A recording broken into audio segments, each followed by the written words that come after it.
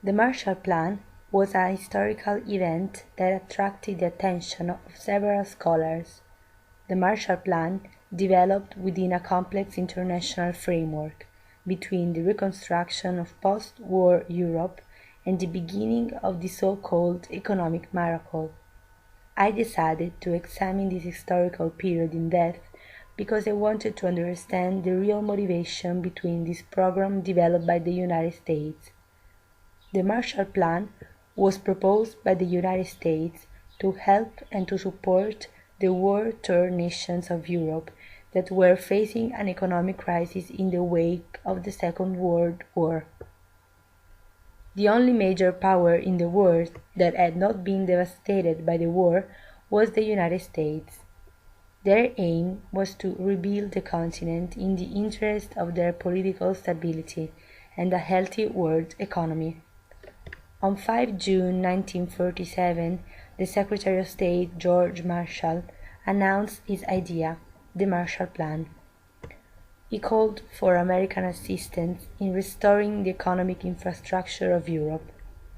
At the very beginning, the plan was officially known as the European Recovery Program, and its main aim was to rebuild the European economies damaged by the war and the spirit of people.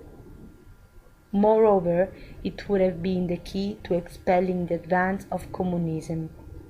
The plan was undoubtedly a huge support for the European countries, but still today there is some doubt as to the amount of money really lent. Only 16 Western countries joined the plan.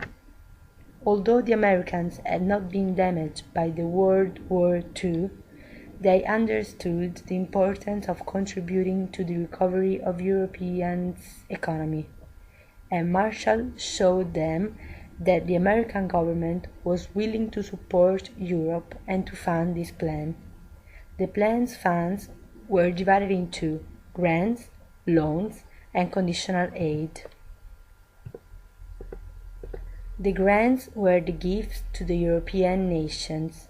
5% of these funds were used for the American administration's expenses.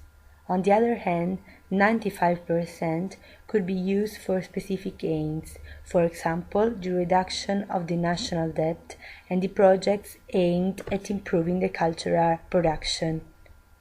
The loans were for the purchase of machinery and equipment used by the American. The conditional aid aimed at improving the international trade. The main problem of the European economy were the imbalance between the labor demand and the labor supply, and the total lack of cooperation between the European countries.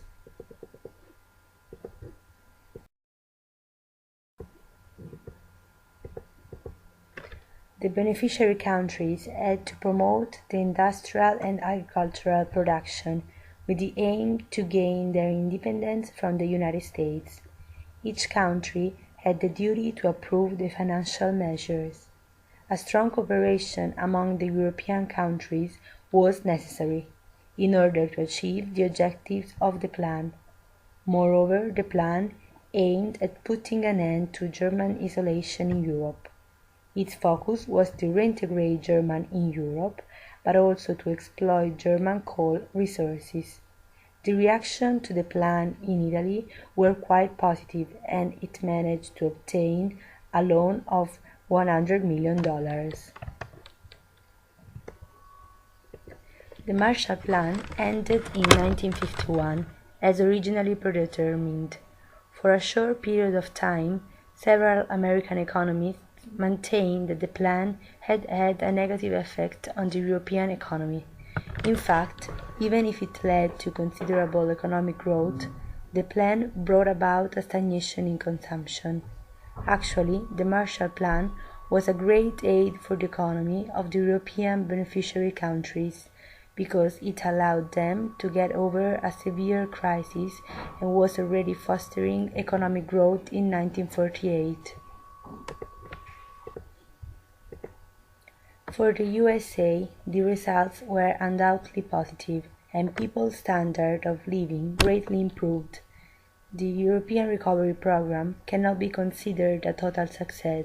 In fact, of all its objectives, the only one achieved was the increase of production. Time after time, two different theories emerged, and more specifically two different schools of thought, the traditionalist and the revisionist.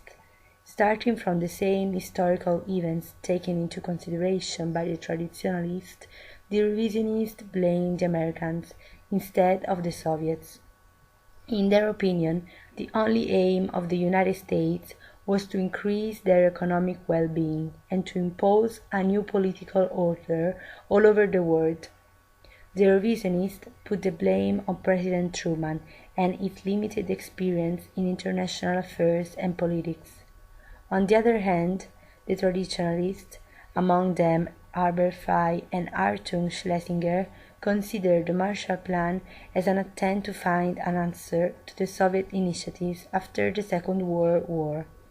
The traditionalists maintained that, after the end of the war, Roosevelt got it wrong, thinking that he could negotiate with the Soviets. They believed that the plan was an economic tool used to spare Europe from poverty and starvation, and a political tool used to halt the Soviet advance towards Western countries. They considered positively the increase in trade between the European countries and the excellent results as regards the integration process. In particular, they underlined that the European Recovery Programme was a success, determined also by the further results achieved in the decades following the end of the plan. For most countries, the American aid plan had a considerable importance also in the 2 years prior to its implementation. The effectiveness of the plan hinged on the courage and the energy with which the European countries took advantage of the plan. Among the greatest success of the European Recovery Programme stands out undoubtedly the capacity of the Americans to have gathered 16 countries, friends and enemies, around the same table. To conclude, it prepared the ground for peace all over Europe. The plan had limitations and contradictions, but, on the other hand, it was undeniably one of the greatest successes in the modern history, a foreign policy experiment that deeply influenced the course of the events.